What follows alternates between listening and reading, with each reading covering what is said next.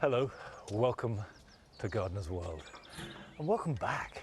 It's nice to be out in the garden again with spring opening out daily. The weather of course is still variable at this time of year, but I'm taking every opportunity to get outside in the garden and get on with all those jobs that need doing now in order for the garden to look as good as possible for the rest of the year.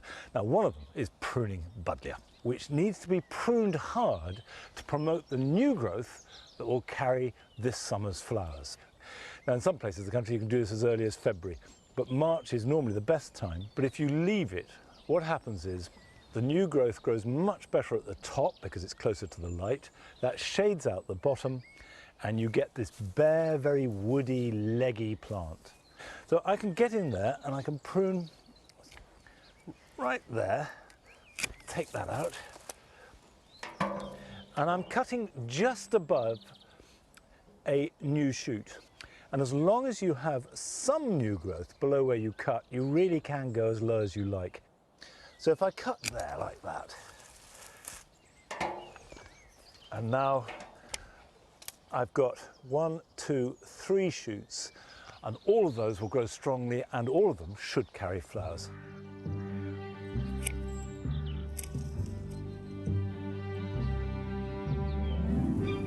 On today's programme, we join Sue Kent on her allotment. She plans a radical redesign of her plot. I inherited someone else's design, and the layout of their design doesn't work for me in the way that I garden. And Carol visits Bressingham Gardens in Norfolk to explore its spectacular winter garden and stunning collection of conifers. Conifers are a mind-bogglingly diverse group of plants. They can be all sorts of shapes, sizes, textures and colours. And I'm replanting a rose that was growing initially here in the dual garden, but I'm moving it to the cottage garden.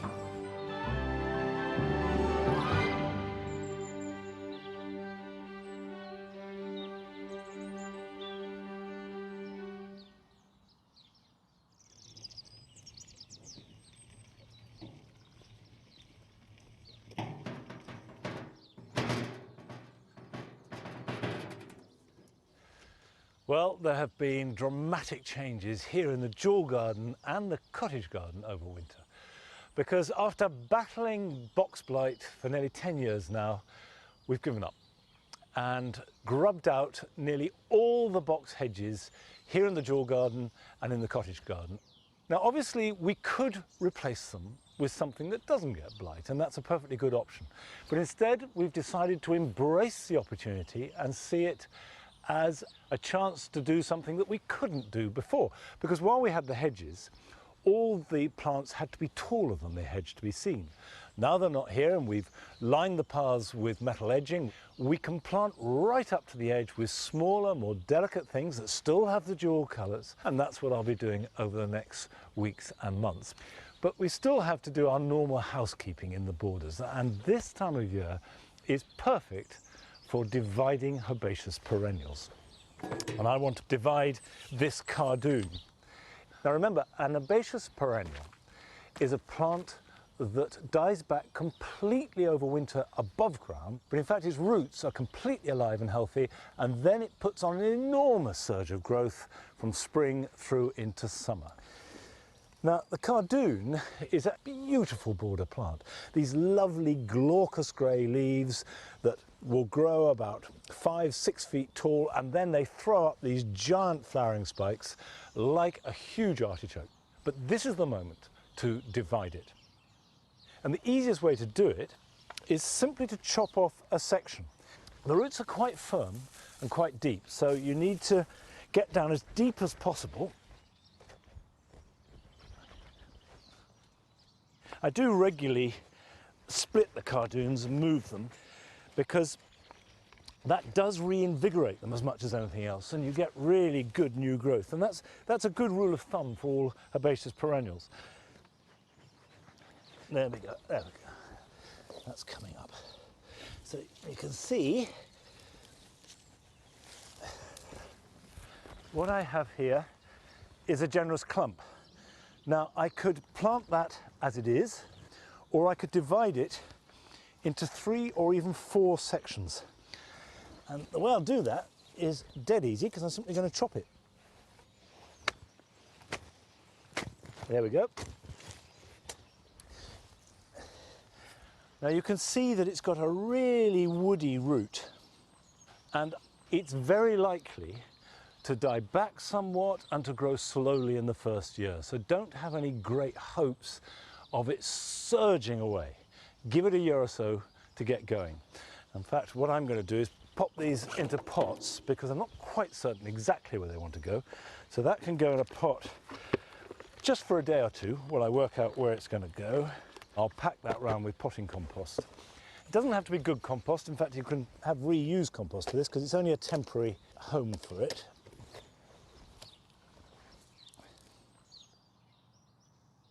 And some plants take to division like a duck to water, and they hardly notice it. And what you will see is, after a week or two, they will all grow with absolutely visible renewed energy. And of course, you are creating plants for free. There we go. Now I will give these a really good soak and then start placing them where I think I want them to grow. One of the things that has been apparent over the last 12 months is the way that people have turned to their gardens, often returned to their gardens or discovered them for the first time. And this year, we want to celebrate the many ways that people have maximised their spaces. And we're starting off with a visit to Leeds and the garden of James Lester, who has created something really special from very unlikely beginnings.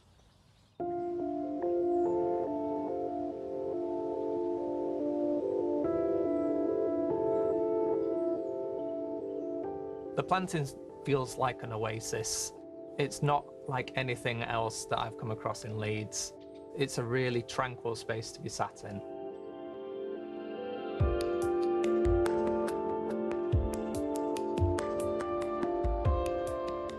We rented the place for 9 years.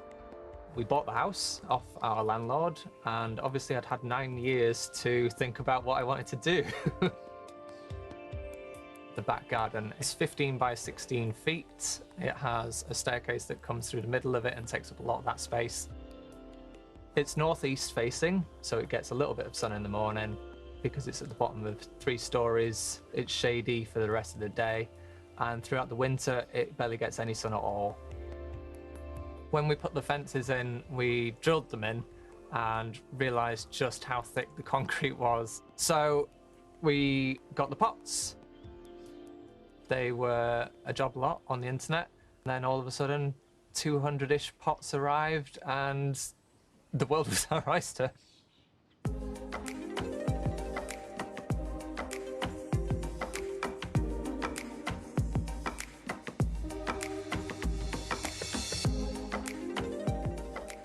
The tropical theme came about simply because I was choosing the right plants for the right places.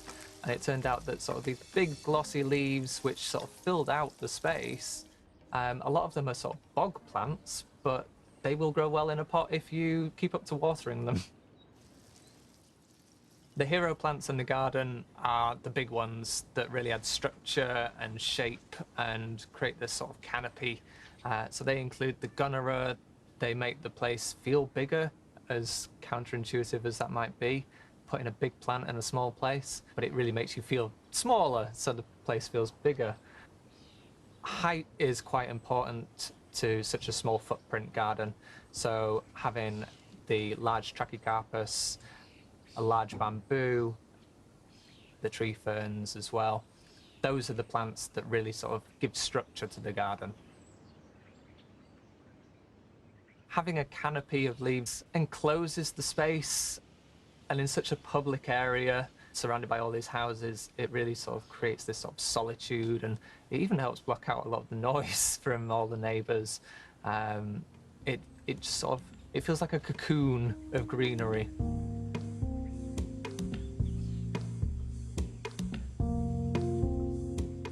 Having a lot of bog plants in means I'm watering a lot. all the plants in here create all the humidity needed for growing tropical plants. But the fence, because it's slatted, sort of helps let the wind through, but I also like to play with the light. Because the light comes in at such a harsh angle, the slatted fences create all this sort of dynamic layering throughout the garden, and it makes it feel bigger than it is. The leaves create all sorts of shadows, and they sort of diffuse the light as they come through because they're so big, and it just sort of filters the light through really nicely. It's a really nice place to sit.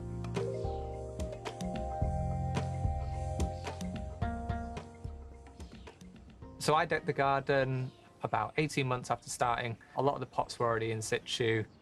In the biggest pot in the corner, there's Acer Bloodgood. There are hellebores and hostas and a number of ferns. So big that I couldn't move it anymore, so I decked around it. But everything else being on the deck means that I don't have to lift them to protect them from frost. They're already lifted off the ground. On the left-hand side here was an unusable space. It was full of junk, and it's about 6 feet deep in deepest shade.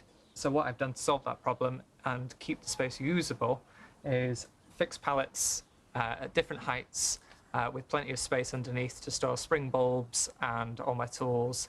It's essentially a little shed, but with plenty of green roof space, and not just sort of your typical sedum green roof. It's full of hostas and ferns.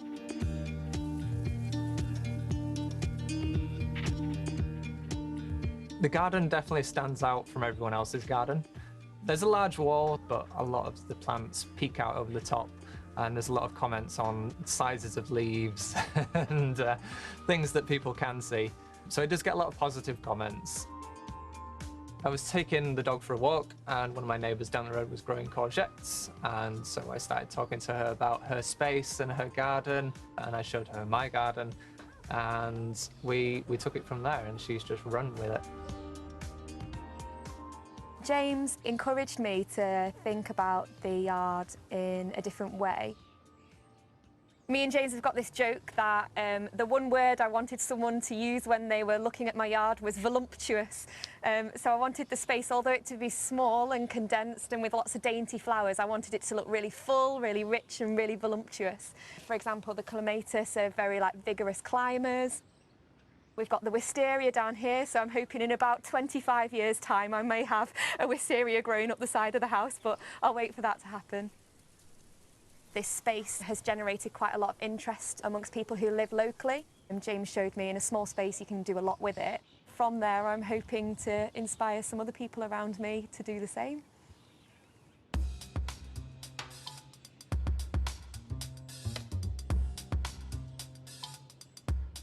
It's so incredible thinking back when those pots were delivered, and it was just concrete and a few plastic pots, and the difference of what's been achieved.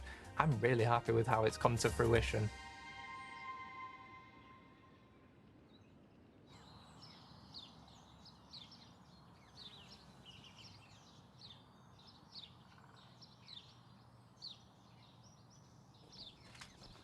Well, I think that James's garden is really inspirational. It does show you that even with just thick concrete, small space, shade, you can still make something wonderful. Now here on this table, every spring I have a display of very small plants, but they have big colour. So you have the iris, these lovely muscari. You've got the scillas, and of course daffodils, and I choose dwarf ones like tete-a-tete. And they all just sing out for spring. Now, I planted all these as bulbs last September and October, and in fact some of them carry on year after year.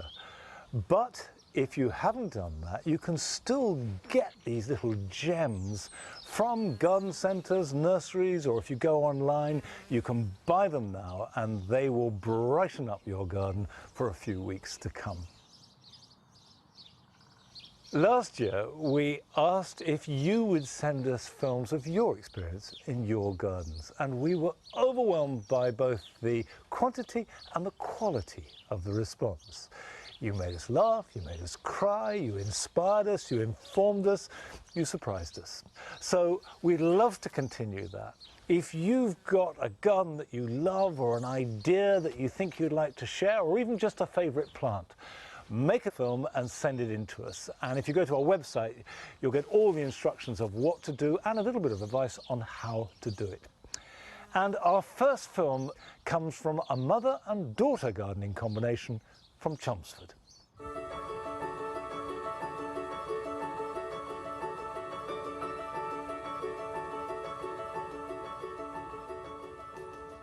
Hello Gardeners World, my name's Anushka and this is my mum Rani. Hello. We live in Essex and love growing vegetables. These are our chillies and tomatoes, and our aubergine has a flower, so hopefully we'll have the fruit soon. But this summer we had something more exciting. This is a snake gourd plant. Snake gourd is a commonly used vegetable in Asian cuisine, especially in stir fries and curries. And the flowers have this very nice and delicate lacy pattern at the edges.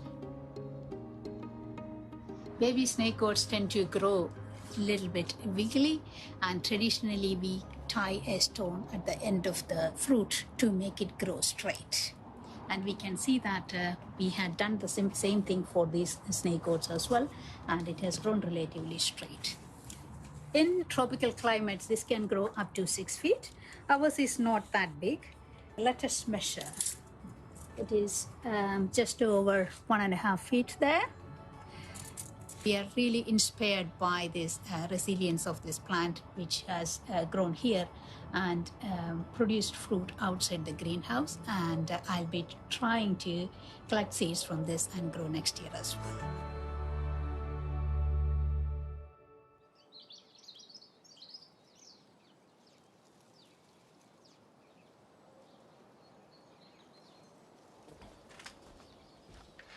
Well, I hope Anushka and Rani did keep the seeds of their snake gourd, and I suspect they've already sown it.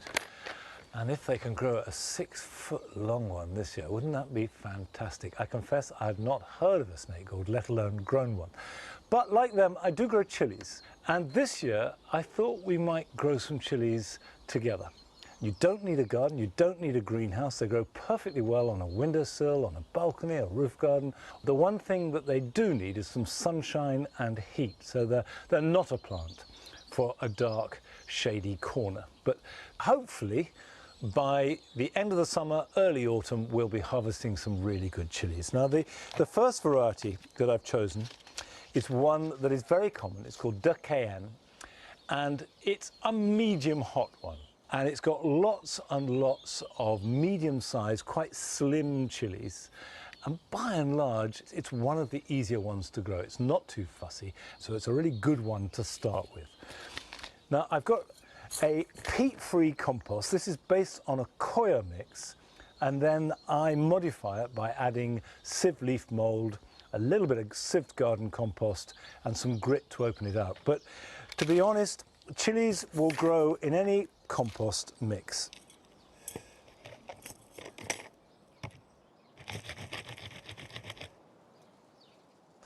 Now, as far as you can, put the seeds evenly, because one of the secrets of successful seed growing is to have the seedlings growing strongly from the very beginning. It's a mistake to think that you can just scatter the seed any old how and they'll all sort themselves out, because that then becomes survival of the fittest, and a lot of the seedlings won't do very well. But having sown the seeds, the next thing to do is cover them lightly like that. That's plenty. The next variety is unusual for a chilli. It's called Padron. It's a Spanish chilli, and you eat it green and it's not hot at all. It's fruity. So even if you don't like the heat of chilies, you can grow these and enjoy them. Nicely spaced out.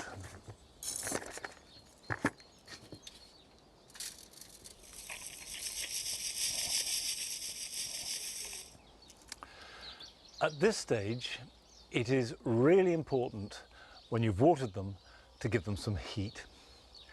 If you don't have a greenhouse or a heated mat, they will grow perfectly well on a windowsill above a radiator. But they won't germinate if the heat drops much below 20 degrees. And then be patient, and in a few weeks' time, when the seedlings start to appear, I will share with you what to do next on this journey towards a lovely chilli harvest later on in summer. Now, last summer we met Sue Kent in her garden in Swansea, and this year we're joining her on her allotment as she tackles it to get ready for the new growing season. A few miles from my house I have an allotment plot. I haven't really done much with it because I find it overwhelming. But last autumn I decided to get stuck in and make it work for me. And this is my plot, so I've got some artichokes here. I love artichokes. I've got pumpkins over there. I inherited someone else's design, and the layout of their design doesn't work for me in the way that I garden. I'm determined to transform this plot so it suits my needs. But as a beginner, I could do with some advice. So I've invited Joe to give me a hand. He's an allotment guru and very handy with a spade. Thanks for coming to my allotment. Well, it's a beautiful site here. It's gorgeous. Yeah, fab. How's this working for you, this plot? It's not really working. The paths around me are uneven, which makes it difficult to balance when I tend to work and weed with 1 foot. Another thing is they're quite wide. I can only reach that far. Yeah. And otherwise I end up walking on the beds. I do most of my gardening using my feet, so I need to redesign the beds so that they are narrow enough for me to reach across. So how far do you want to be able to reach into, or can you reach into? Happily I can reach into about 40 centimetres. That is exactly 40 centimetres. So, OK, so that's the middle. So we And need then, 80 then, double that. OK, yeah, double that from my side, good point. So 80 centimetres is there. Yeah. So that is going to be the width of your bed. Yeah, I think that's going to be great. And Narrower than it is now. Yeah. For your general path width. I think 50 is going to be fine. But you're very nimble on your feet, so, you know, you can... Yeah, I'm nimble on my feet. And you want more growing space? I want more growing space because I've reduced the growing space. I'm prepared to have narrower paths. I'll string it out. OK, How about lovely. Thank you. OK.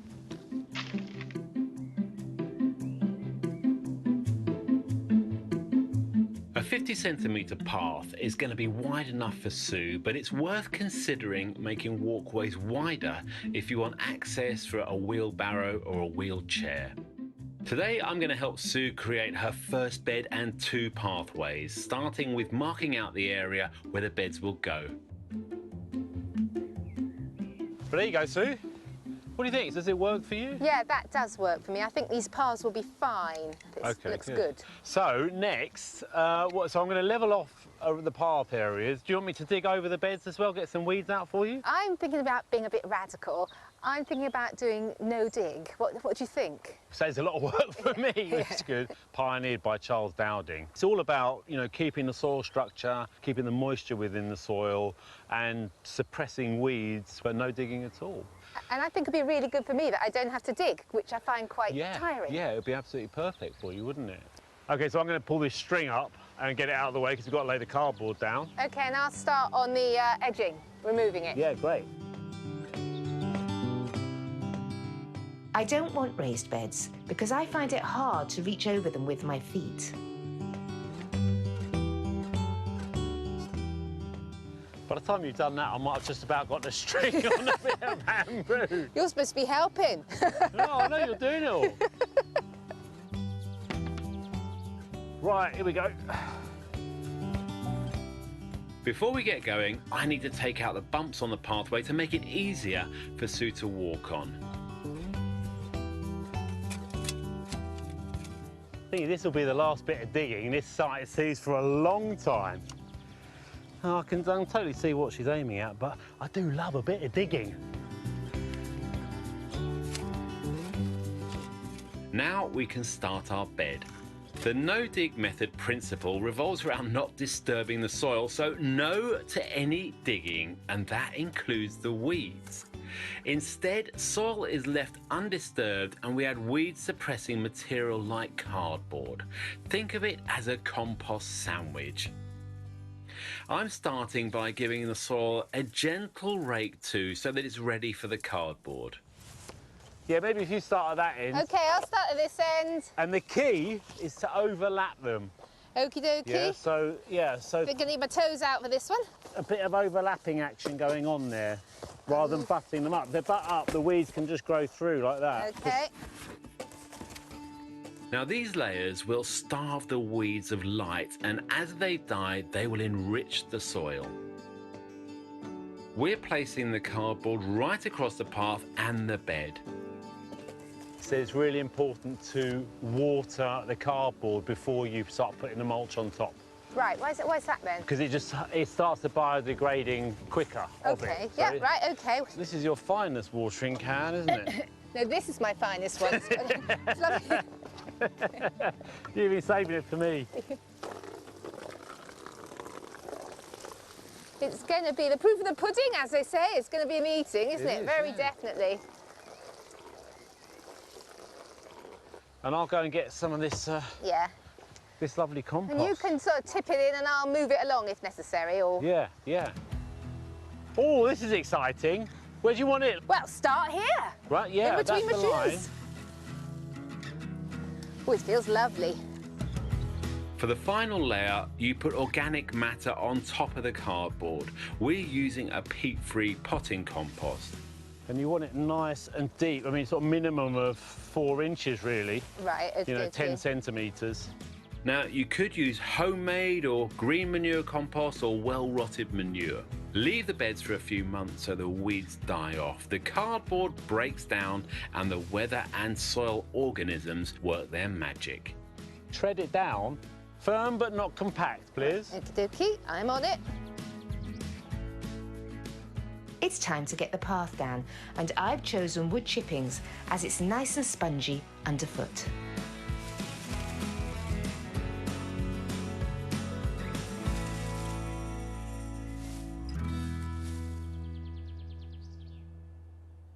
Thanks for the help. I couldn't have done it without you, definitely. Pleasure, I really enjoyed doing it, I have to say. But one last thing. Now, you see, you can't turn up to an allotment without a gift. This is some rhubarb. Oh. Every allotment's got to have some rhubarb. Thank you. So I'll leave you with love that. rhubarb. Well, I'm going to be watching, see how you're getting on. Yeah, all the pressure's on then. The pressure is definitely on. Oh, no.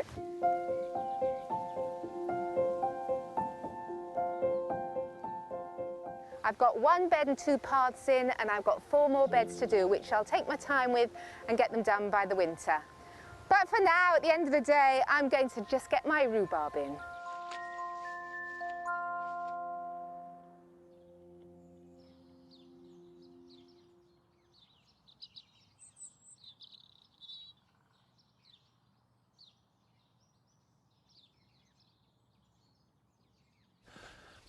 Come on now. In you come. In you go. Can I have it?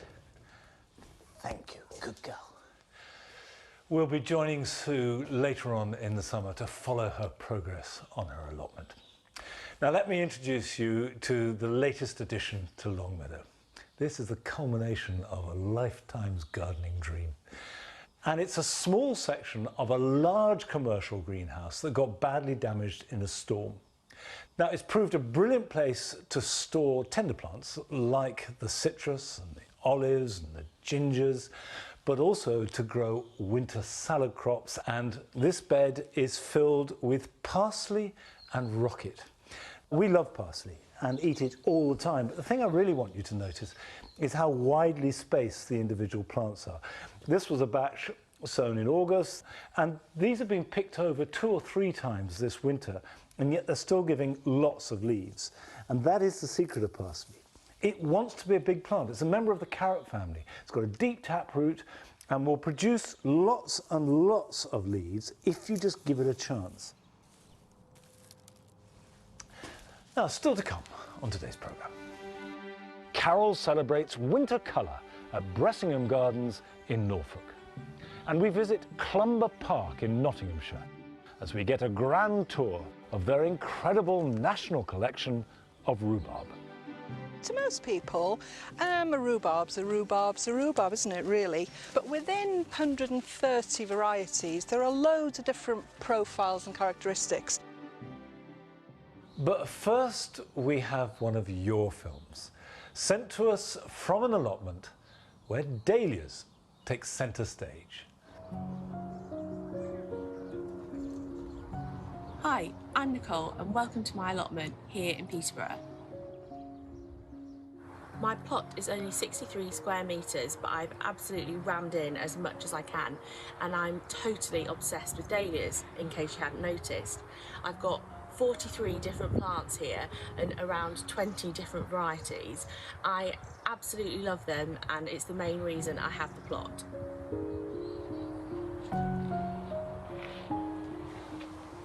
Throughout lockdown, my allotment really was my sanctuary. I would head down there every evening after I'd finished a day working from home, pick the dahlias and just spend a bit of time outside.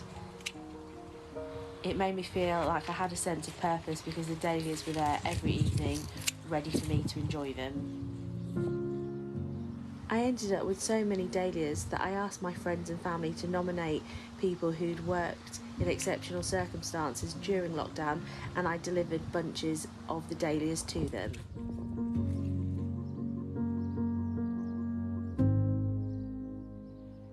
So many of them had never even seen a dahlia before, so it made me even happier to share them with them. For some reason, dahlias fell out of fashion a few years ago, and I have no idea why. From one tuber, you can get an abundance of flowers that will last you all summer, all the way through to the frosts, and they're great cut flowers. I mean, look at them. Why wouldn't you want these?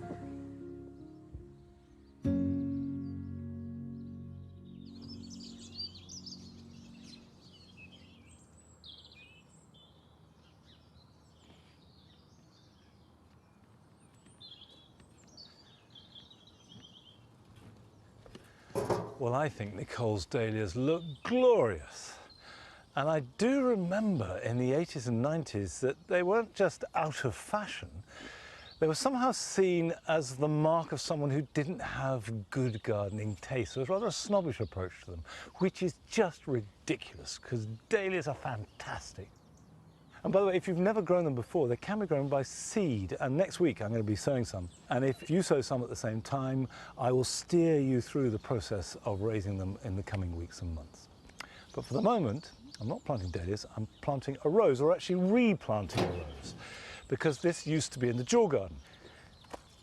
Now that we've taken out the box hedges from here in the cottage garden, as well as the jaw garden, it's created more space. And the reason I moved it was not because I didn't want a rose in the jaw garden, but roses don't do well in there for the first few years because the competition is so great from the herbaceous plants all around them that the poor rose gets shaded out. And if it doesn't get a good start, then you can have trouble. And what I've learned is give the rose a good start with lots of light and air and sunshine, and then they're as tough as old boots and they'll be fine.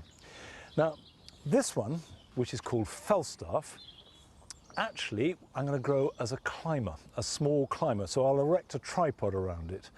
But when you move a rose, don't expect heroics. It won't do much for a year or even two because it's a dramatic thing to move a plant. When you're planting a rose, and there's still plenty of time to do this, you do need to have a nice deep hole, but whether it's a rose, a tree or a shrub, don't add any compost or goodness inside the planting hole.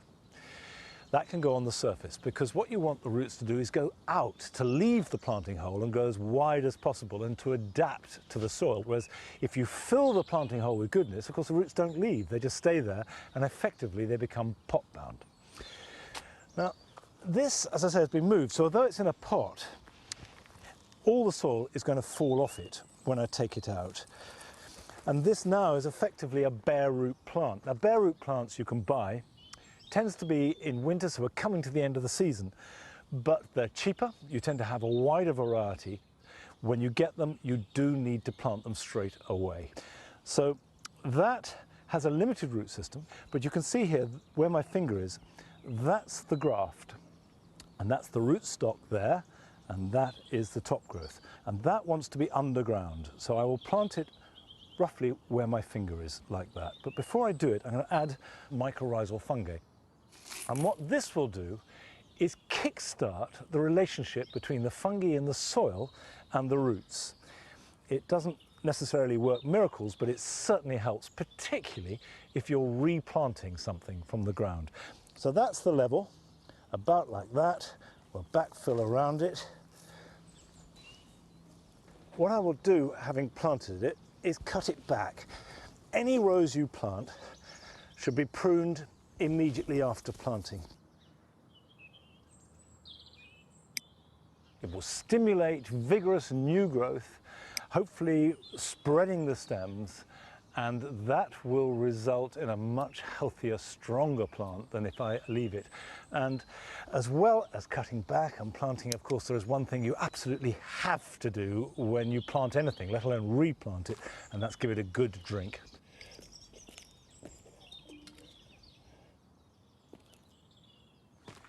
And if it's very dry, particularly when we get to May or June and there's early growth, you may need to water it again. Just don't let it dry out for the first year. Now, in high summer, the cottage garden is voluptuous with colour. It froths with pinks and reds and is a complete rich joy.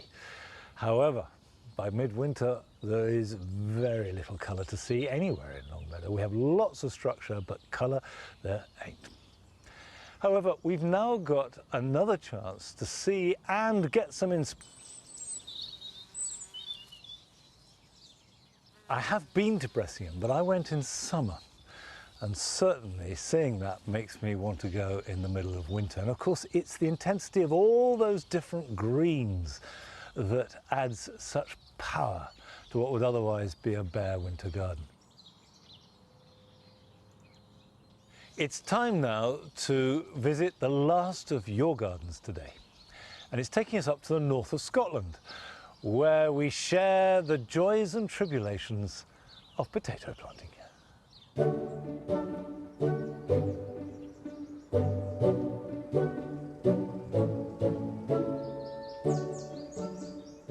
Hello, welcome to our garden. My name's Hattie. I'm Ben. And we live in the northeast of Scotland in Aberdeen. And we'd love to plant some tatties with you. So we've got our cardboard box, and to make sure that we have good enough drainage for our potatoes, we're just going to pierce the bottom of it with a fork. So, one here.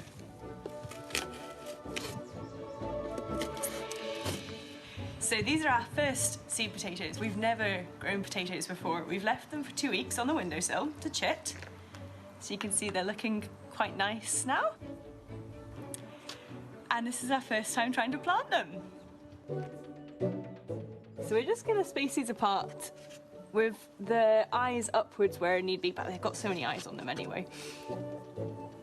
And pop them in there.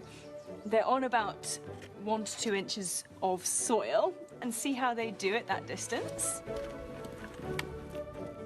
We're going to keep our eyes on them in the next few weeks, and once we start to see little shoots of green coming up from them, then we'll cover those over again, and we're expecting layers of potatoes to build up underneath that, which just baffles me. But it's an exciting trial, and hopefully this box stands the test of time and we have a bunch of tatties to eat come summer.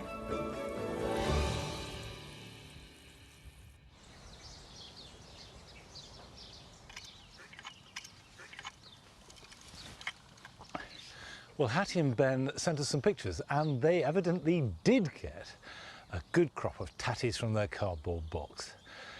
You can grow potatoes in any kind of container. I would just say that if you're thinking of growing them in a cardboard box like Hattie and Ben, just bear in mind that a cardboard box full of wet soil for up to 5 or 6 months is going to become very soggy and possibly fall apart.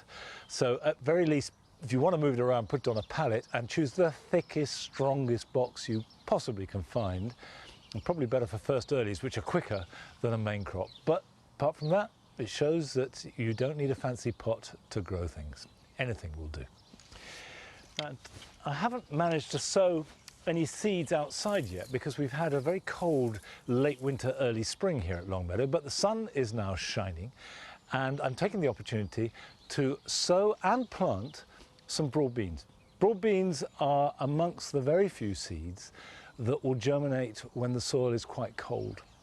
So you can sow them as soon as you can work the soil, and this now is dry enough. This has been mulched heavily. I've got a variety called crimson flowered, and they've got lovely sort of cherry pink flowers, and then they have the green pods.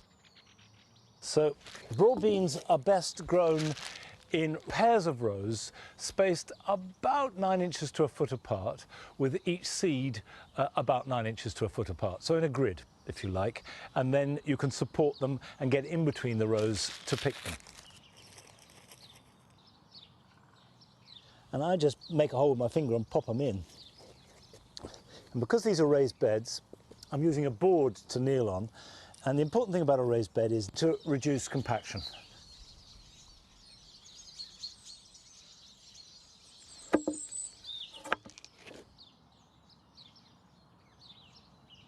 So that's very simple.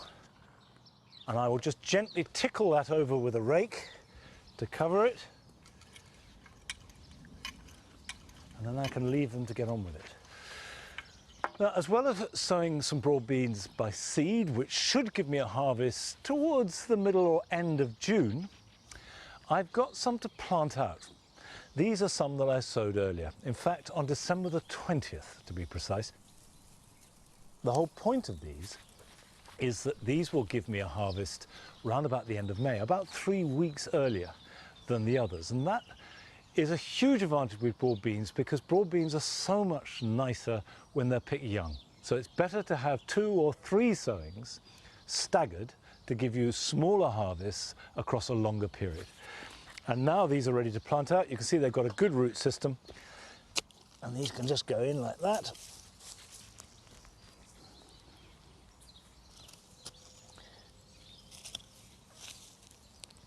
Firm it in really well. This is a variety called Acqua Dolce. And Acqua Dolce are by far the best variety of broad bean for a very early sowing. And by very early, I mean in autumn or winter. They are hardier and they grow better under low light and cold conditions. So are much more reliable at that time of year.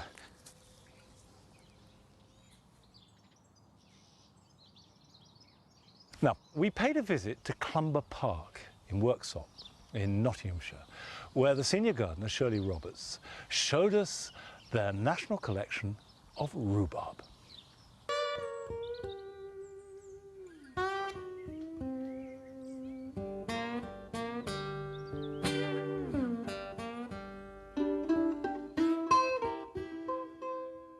The collection of rhubarb has been at Clumber Park for about 15 years. It came in the early 2000s with our previous head gardener, Chris Margrave. Then throughout those 15 years, I guess through his contacts in the rhubarb world, we introduced more and more cultivars.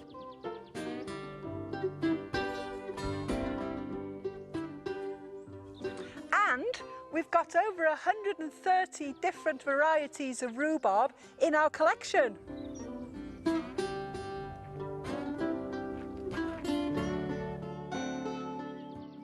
Rhubarb is a plant that originates in Siberia, northeastern China, so it's accustomed to really cold weather, making it a great garden plant for British gardens where we can give it that cold weather over the winter. It's not particularly picky, it will thrive on a north-facing wall, so it makes it perfect plants for anybody's garden.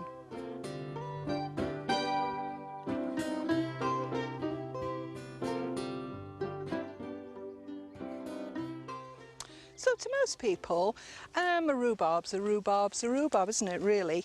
But within those 130 varieties, there are loads of different profiles and characteristics. So profiles of taste.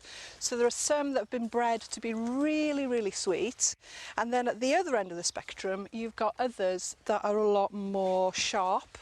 And then others that are going to come in a little bit later in the season, so that you've got a much longer season of picking. So we have so much rhubarb here, we can't really afford to water it, and environmentally it's not a good idea.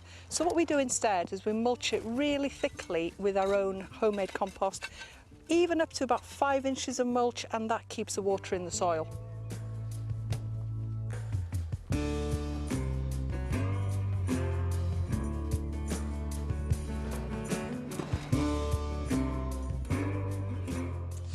This variety, good old Timperley Early, brilliant reputation, deservedly so, lovely long stems, gorgeous pink colour, fantastic flavour, great for forcing. You can pop a forcing jar on it early in the season or a dustbin and you'll get earlier, sweeter stems, great for a crumble, but it will keep its flavour all season long, so you can cut it until end of July, and when you cut it, don't forget, don't put your secateurs anywhere near it.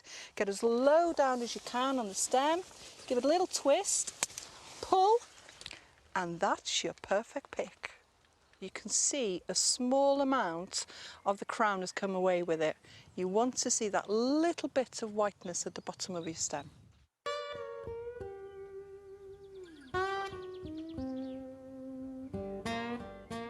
A question I'm asked often in the garden by people is why their crowns have stopped producing. And my question to them is, did you have too many crumbles last year? So be really careful about the amount of leaves that you're harvesting off your crown each year. Leave a few stalks on, preferably from the end of July, just so that there'll be goodness going back into that crown for the following year.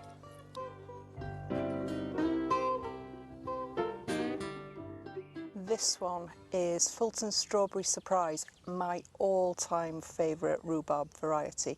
I love it because look how lovely the stems are. They're slender, they're lovely red, and it's got slightly smaller leaves as well. And what I really like about this is, if you had a small garden and you really wanted to grow some rhubarb, you could easily grow this among your flowers. It would give you lovely foliage, lovely red colour. If you weren't too greedy picking it, then it would last quite a while for you, and I think it would add a really nice dimension to your flower border.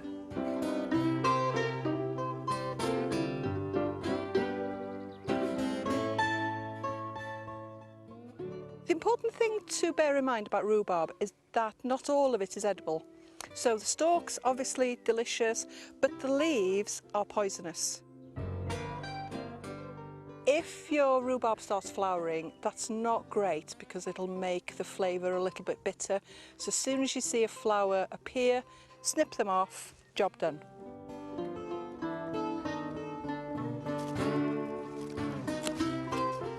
Well, funnily enough, I don't really like rhubarb.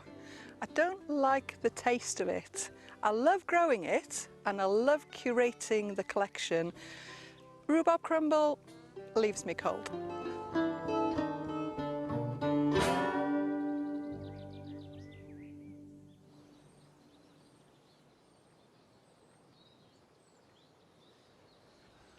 Well, I admire Shirley's growing ability of rhubarb, but what a pity she doesn't like it. Rhubarb is a glory at this time of year. Stewed rhubarb, rhubarb crumble, rhubarb fool. Now that's food for kings and queens. Absolutely delicious. Now, it's easy to force rhubarb at this time of year. Now, when people talk about forcing, what they mean is excluding all light, because when it's pitch dark, what you get is rhubarb that grows with a very pale stem, and all the goodness goes into the stem, and they're much sweeter as a result. And this is a rhubarb forcer. This is one I bought second-hand in a sale. And the time to force rhubarb is when the buds are just breaking like this. Those plants in the front, they've too far gone. they've had too much light to respond. But if you put a forcer over it, and by the way, a bucket works perfectly well. I've used a bucket in the past. Just remember to weight it down so it doesn't blow away. And these have a hole in the top simply for inspection, so you want to cover that over.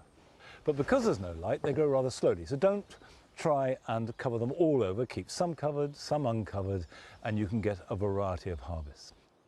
And now is a good time to plant rhubarb if you've never grown it before. But one word of advice: if you're planting them for the first time, do not harvest them this year. Let the roots have a chance to establish, and then next year you can start to harvest them and go on doing it for years. They're very long-lived plants. Now, planting rhubarb is a really good job to do this weekend, but here are some more.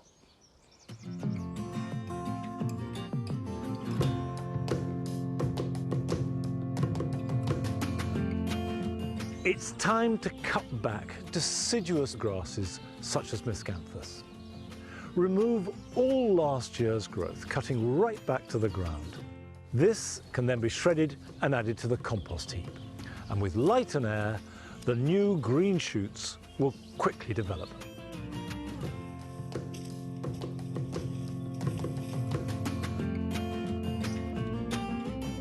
Even though your ground may not be ready to actually plant out potatoes, it's a good idea to chit seed potatoes, particularly for first earlies. Put them in a seed tray or an egg box somewhere light and frost-free, and they will develop short, stubby shoots. And in a few weeks' time, they will be ready to plant out. And because the shoots have developed when they're underground, they will grow extra well and quickly.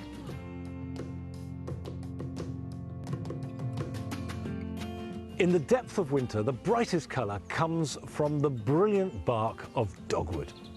But now, as they start to develop their first leaves, it's time to prune them back. And the harder you cut them, the more vigorous the new growth will be, and it's the new growth that has the brightest bark.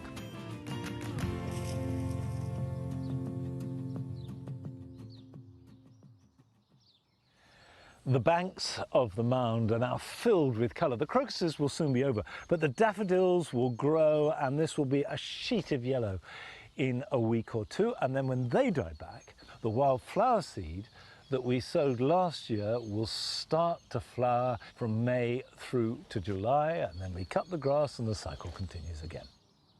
And don't forget that tomorrow is the spring equinox. So from Sunday, our days are longer than our nights, and everything is getting better and better. But that's it for today. I'll be back here at Longmeadow next Friday at 9 o'clock. So until then, bye-bye.